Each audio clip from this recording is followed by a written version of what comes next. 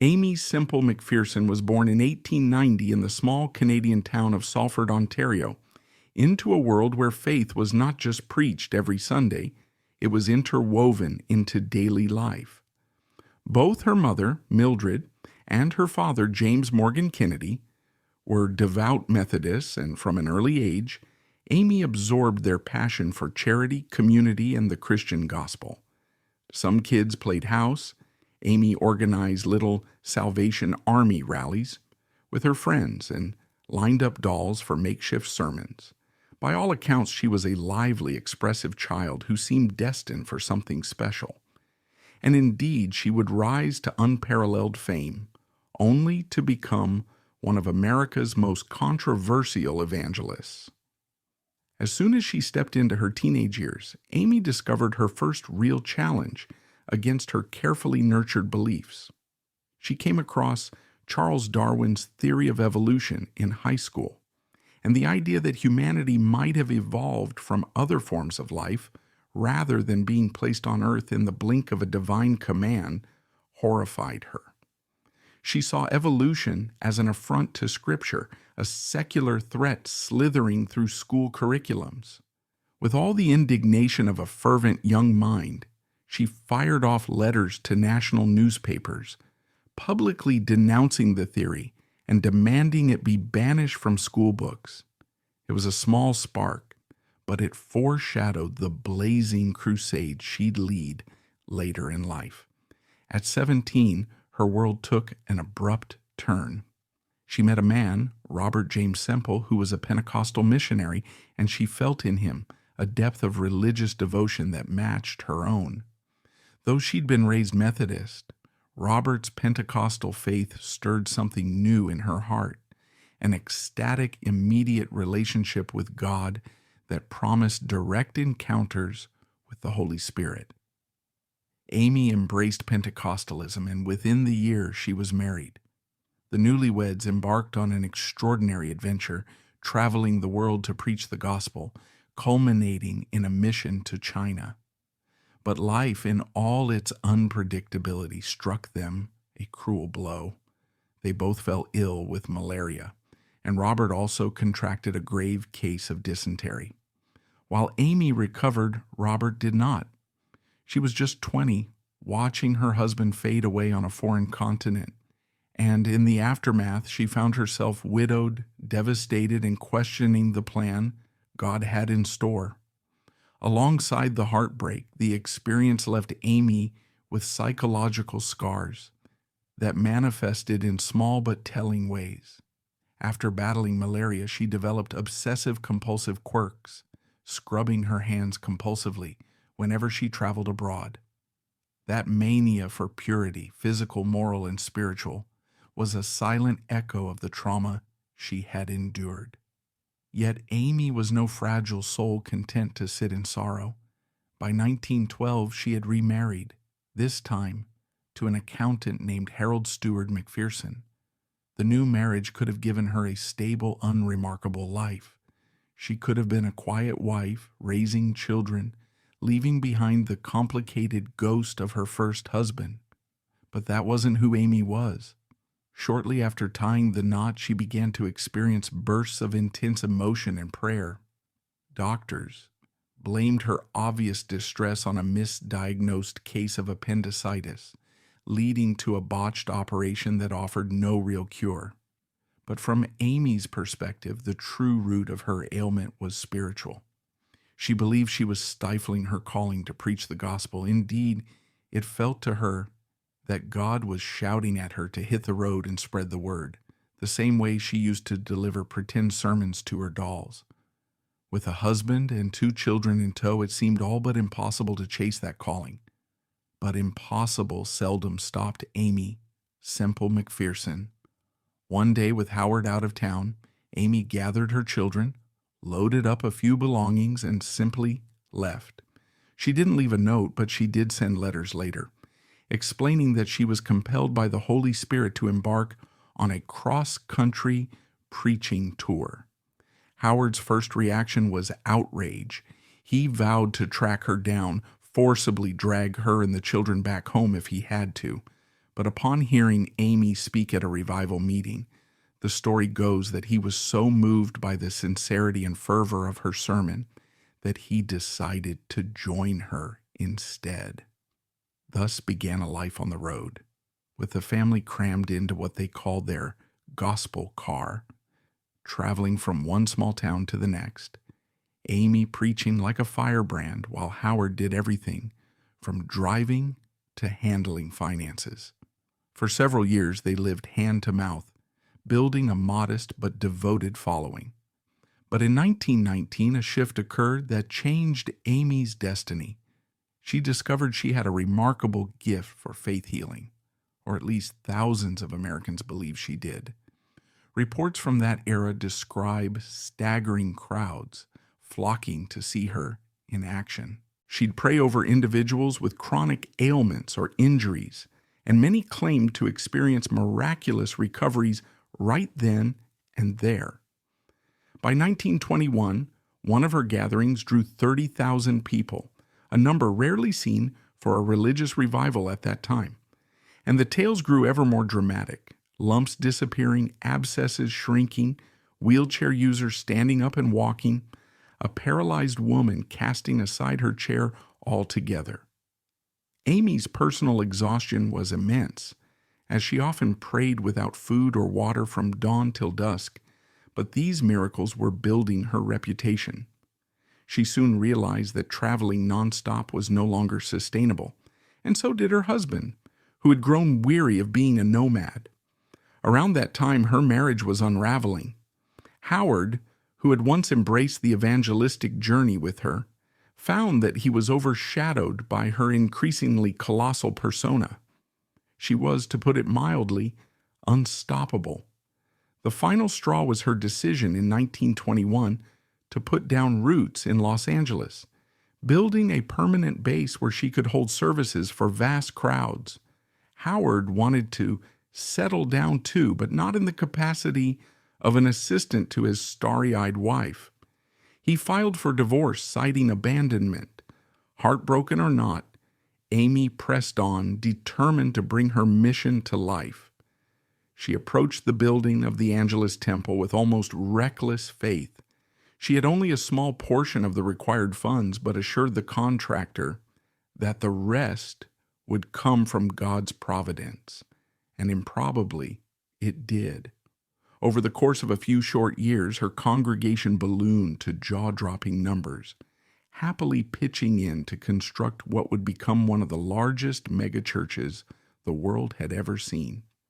Records indicate that within 7 years, a staggering 40 million visitors passed through its doors, whether traveling cross-country to see her or dropping in from Hollywood out of curiosity.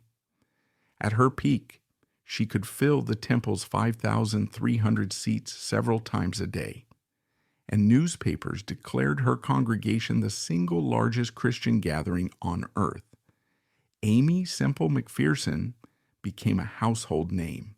She wore white dresses, her hair parted softly, projecting both an angelic innocence and a starlet's flair.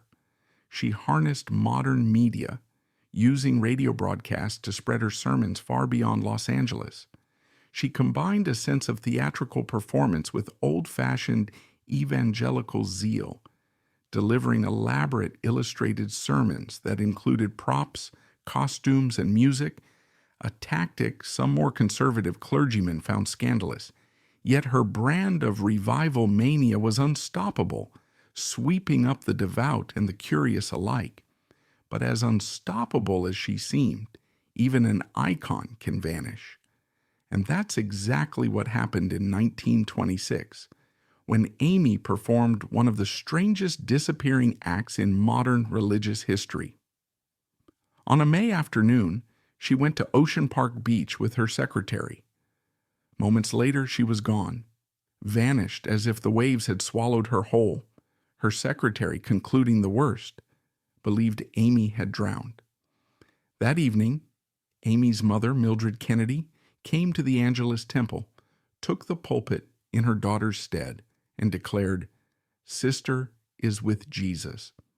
Parishioners wept openly, Convulsed in grief, and the city of Los Angeles went into collective mourning. Almost immediately, search parties scoured the beach, diving and dredging for her body. 2 would-be rescuers, rumor had it, drowned in the attempt. Yet as days passed without a body washing ashore, speculation ran rampant. Could she still be alive? Then authorities got a tip that a man named Kenneth G. Ormiston, who'd left his job at Angelus Temple around the same time, had been spotted heading north in a car with a mysterious woman. Was that woman Aimee? Some tabloids claimed the two were embroiled in a passionate affair. Skeptics suggested they'd run off together to evade scandal.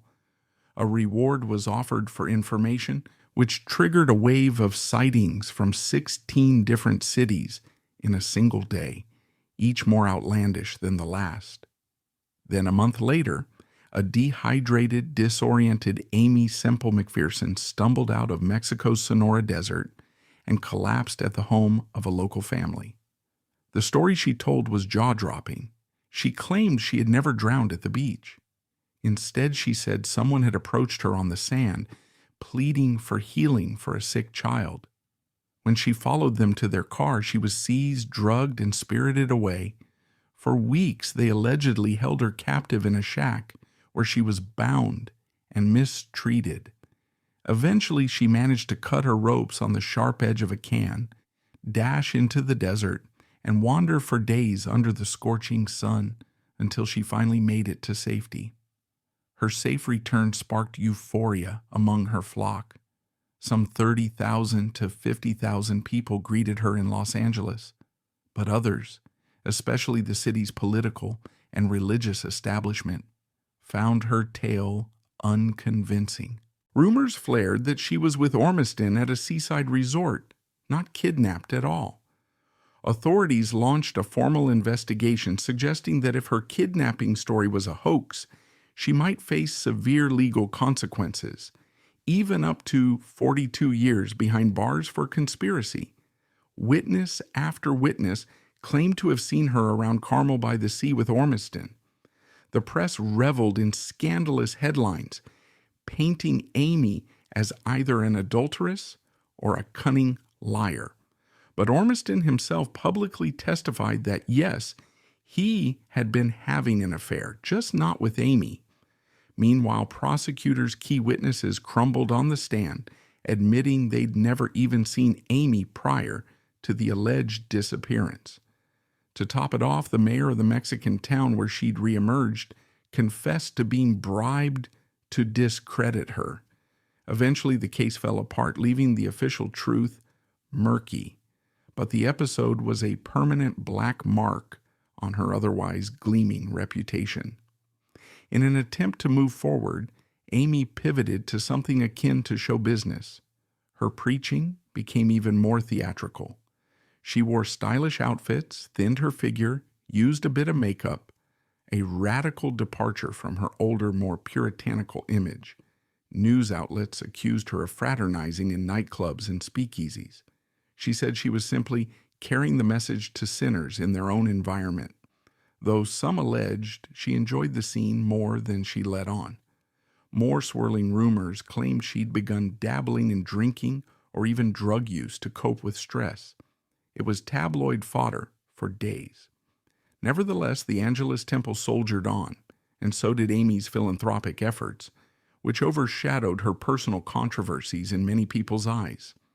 She never failed to remind her flock that true Christianity is not only to be good, but to do good.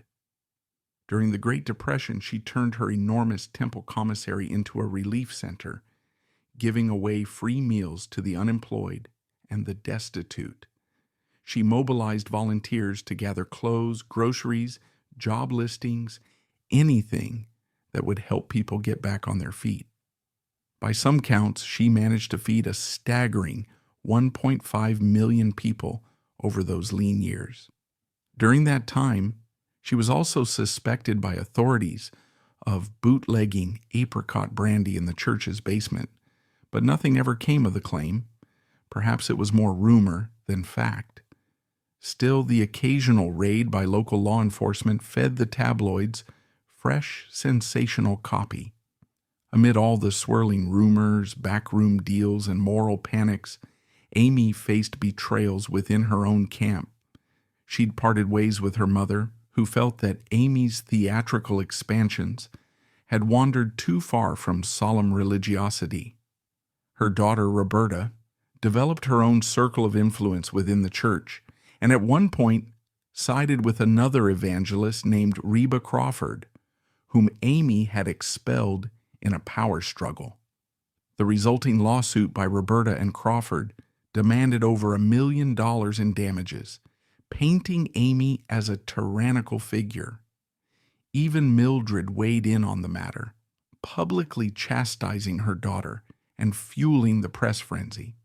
Though Aimee resolved some suits out of court, the personal toll was immense. She was no stranger to heartbreak. She'd lost her first husband in China, been through a second divorce, and weathered a humiliating kidnapping scandal. But being sued by her own daughter was a fresh, scathing wound. Yet there was no rest for the famous sister, Aimee. When World War II broke out, she seized the moment to demonstrate her unwavering patriotism. She declared that the war was essentially God versus the Antichrist, supporting the Allies wholeheartedly. She mobilized the Evangelist temple once again, this time collecting thousands of pints of blood, raising funds for the war effort, encouraging rationing and salvage drives, and even blacking out the temple's rooftop to avoid potential air raids. She handed out autographed Bibles to troops who passed through Los Angeles, praying with them before they shipped off. While some saw her fervor as fanatical, others admired her unrelenting support. Her name, once dragged through the mud by tabloids, was redeemed in some corners when Newsweek dubbed her the world's greatest living minister in 1943, a testament to her achievements in charity, social work, and spiritual leadership. But hidden behind that triumphant veneer was a woman who had expended every ounce of herself for decades. She never stopped giving or performing, and the accumulative stress was monstrous. By 1944, exhaustion had set in like a disease.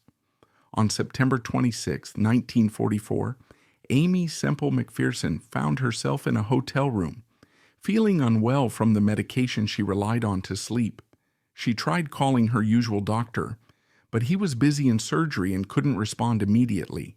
She managed to reach another doctor, who referred her to yet a third, but Aimee never made that final call. Sometime that morning, her son Rolf, worried, entered her room.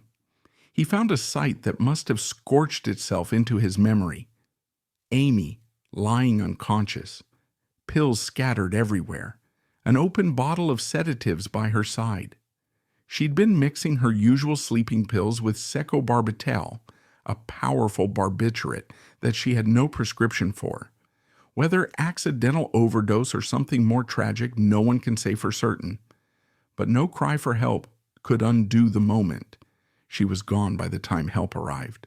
The official word declared she died of an overdose, though the deeper question, was it an accident or a final escape from a life that had demanded so much of her, remains unanswered. She'd once told a friend that she could barely sleep. With so many demands, controversies, and heartbreak swirling about, she had seemed physically incapable of finding rest. The coroner's statement was explicit enough. Too many pills for a body already battered by years of intense labor and stress. News of her death stunned believers and skeptics alike. Thousands poured into Evangelist temple to mourn. 11 trucks were needed to carry the $50,000 worth of flowers offered in tribute, a measure of the deep affection her congregation held for her. Even her estranged mother and daughter came together in grief, their differences momentarily set aside. For all the controversies, the rumored lovers, and the lawsuits, no one could deny Aimee's single-minded dedication to the people who depended on her. She'd fed the hungry, prayed over the sick, raised morale for soldiers heading to distant battlefields, and championed an egalitarian brand of faith that welcomed all. In death, the swirl of gossip and strife fell silent. In the end, Aimee Semple McPherson was a paradox in white satin, a woman of unwavering faith who embraced the cutting edge of technology, a champion for charity who also welcomed the glitz of Hollywood, a figure equally likely to kneel at the bedside of a dying child or rework a sermon into a media event worthy of a silent film star. She made her share of enemies, some jealous, some scandalized, some convinced she was a fraud. She also amassed a towering congregation of admirers who would forever revere her as Sister Aimee, the unstoppable preacher who gave them a renewed sense of hope in troubled times. Her story's final chapter remains in that Los Angeles hotel room, with her son discovering her motionless body surrounded by pills that had no prescription. She left behind a megachurch that still stands, an array of swirling rumors, and a set of official records that pose more questions than answers. People still debate whether she told the truth about her kidnapping or if she orchestrated it to hide an affair. They wonder if her disappearance could have been more complicated, perhaps a genuine abduction, perhaps a meltdown from the relentless pressure, or perhaps a short-lived romance that spiraled out of control.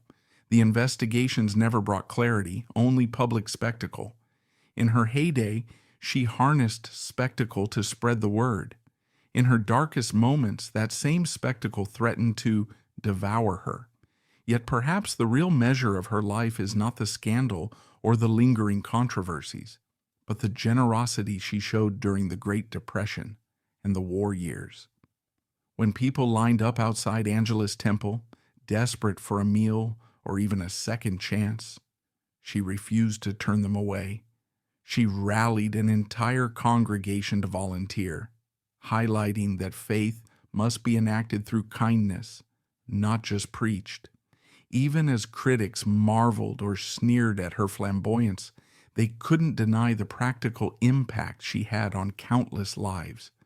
So the next time someone mentions the name Aimee Semple McPherson, they might be conjuring the memory of a mesmerizing evangelist who built a media empire, or the rumor-laden figure who vanished into the surf for a month, or the dedicated minister who prayed over wounded soldiers, or even the lonely woman who lost her final battle with barbiturates. Each vantage point reveals a piece of the puzzle, and maybe all of them must coexist to understand her complexity. She was, in every sense, a pioneer who tested the boundaries of faith and flamboyance, sincerity and stagecraft, giving millions a thrilling, if at times unsettling, glimpse of God's power performed in front of a live audience. And so in the pantheon of American religious figures, Aimee Semple McPherson stands in a realm of her own making, courageous yet vulnerable, admired yet often maligned, passionately loving yet plagued by heartbreaks. She had the star power of a Hollywood icon, the unwavering devotion of a mystic, and the organizational might of a major philanthropic leader. Perhaps that's why she continues to captivate. We see in her a reminder that those who claim to speak for God carry heavy burdens, that miracles, real or staged, are seldom neat, and that behind every shining facade might lie a mortal woman fighting a storm of contradictions. Aimee lived boldly, died abruptly, and remains a puzzle that neither ocean waves, desert footprints, nor elaborate trials could fully explain. An extraordinary testament to the collision of faith, fame, and the fragile human heart.